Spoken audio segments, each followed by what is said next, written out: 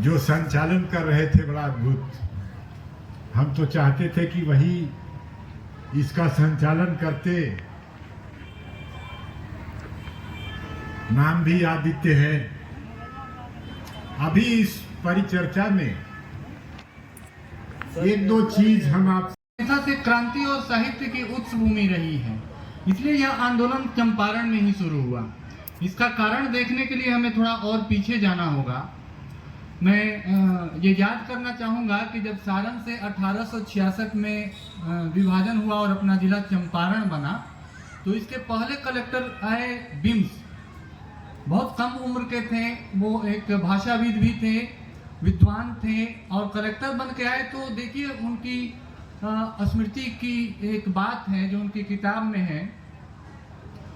वो लिखते हैं कि जब मैं मुजफ्फरपुर से चला तो कहार चकिया आए, और चकिया में उन कहारों ने मुझे रोका। मैंने कहा कि मैं चकिया रुकना नहीं चाहता हूँ, मैं चाहता हूँ कि सीधे तुम लोग मुझे मोतिहारी ले चलो। तो उसने कहा कि कहारों ने कहा कि नहीं, चकिया रुकना पड़ेगा। कलेक्टर को लगा कि मैं तो जिलाधिकारी हूँ और मुझे कहार कह रहे हैं कि यहाँ रुकना पड़ेगा चकिया में। उन लोगों ने बताया कि अंग्रेज कोई भी पदाधिकारी हो उसे चकिया में रुकना ही होगा, क्योंकि सड़क ही उस तरफ मोड़ दी गई है। अगर हम वहाँ नहीं रुकते हैं तो फिर हम लोगों को कार्रवाई झेलनी पड़ेगी। और बिम्स को वहाँ रुकना पड़ा।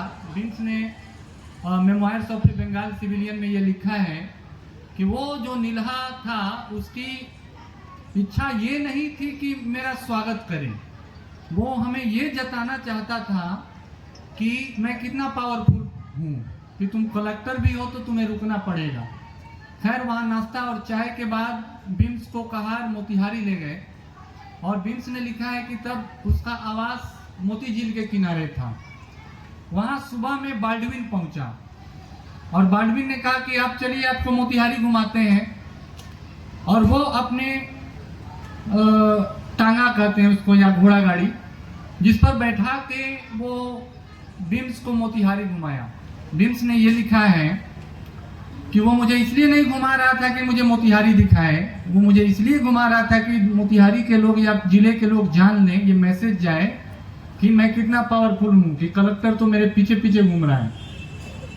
उस परिस्थिति में 1866 की बात है, जब चंपारण की ये दुर्दशा थी। उसने लिखा है कि इतने पावरफुल होते थे नीलहे। और उस समय जब 1867 से पहले 1 बीघे में 5 कट्ठा नील की खेती की जाती थी, तो किसानों के विद्रोह का प्रतिफल था, यहाँ के किसानों के विद्रोह का प्रतिफल था कि फिर उसे डर के उन्होंने 3 कट्ठा किया। 3 कट्ठा करने का, और इतने कर थे सर, इतने तरह के टैक्स थे, जिसे नई पीढ़ी क्या हम लोग भी सुनते हैं तो बड़ा आश्चर्य होता है कि क्या इतने टैक्स हो सकते हैं। मैं कुछ राजेंद्र बाबू की किताब में है गांधी इन चंपारण, उन टैक्स के नाम बताता हूँ।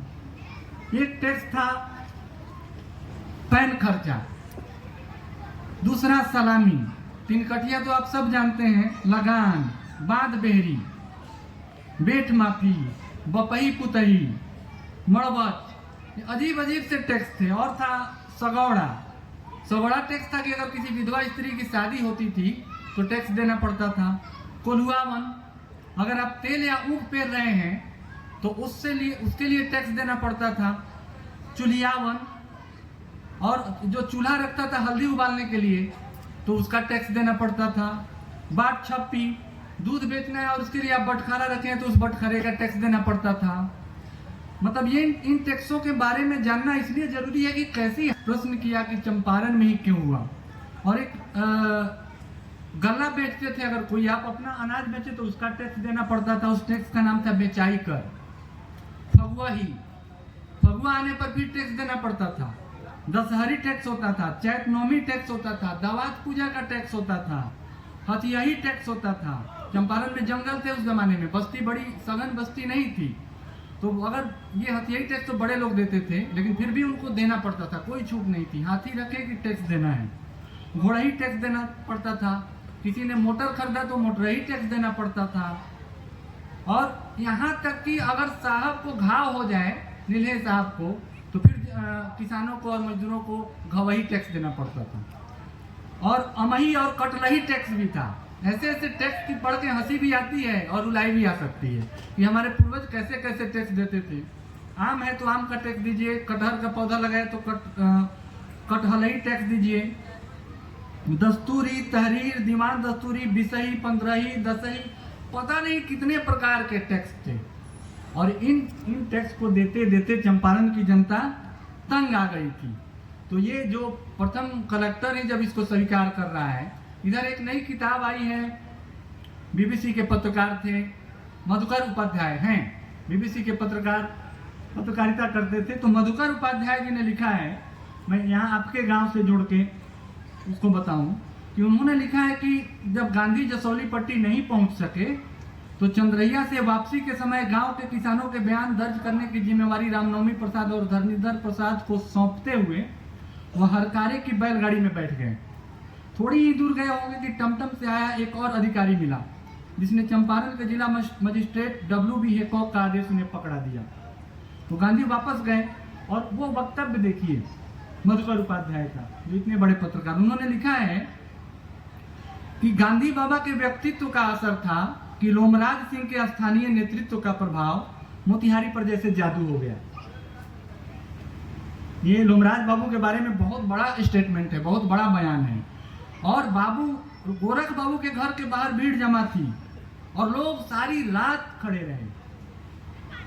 ये जागरण चंपारण में ही हो सकता था, और इसलिए हो सकता था कि इतने तरह के टैक्स देना, इतने कष्ट सहना, इतने दुख सहना, तो फिर क्रिया की प्रतिक्रिया होगी ही।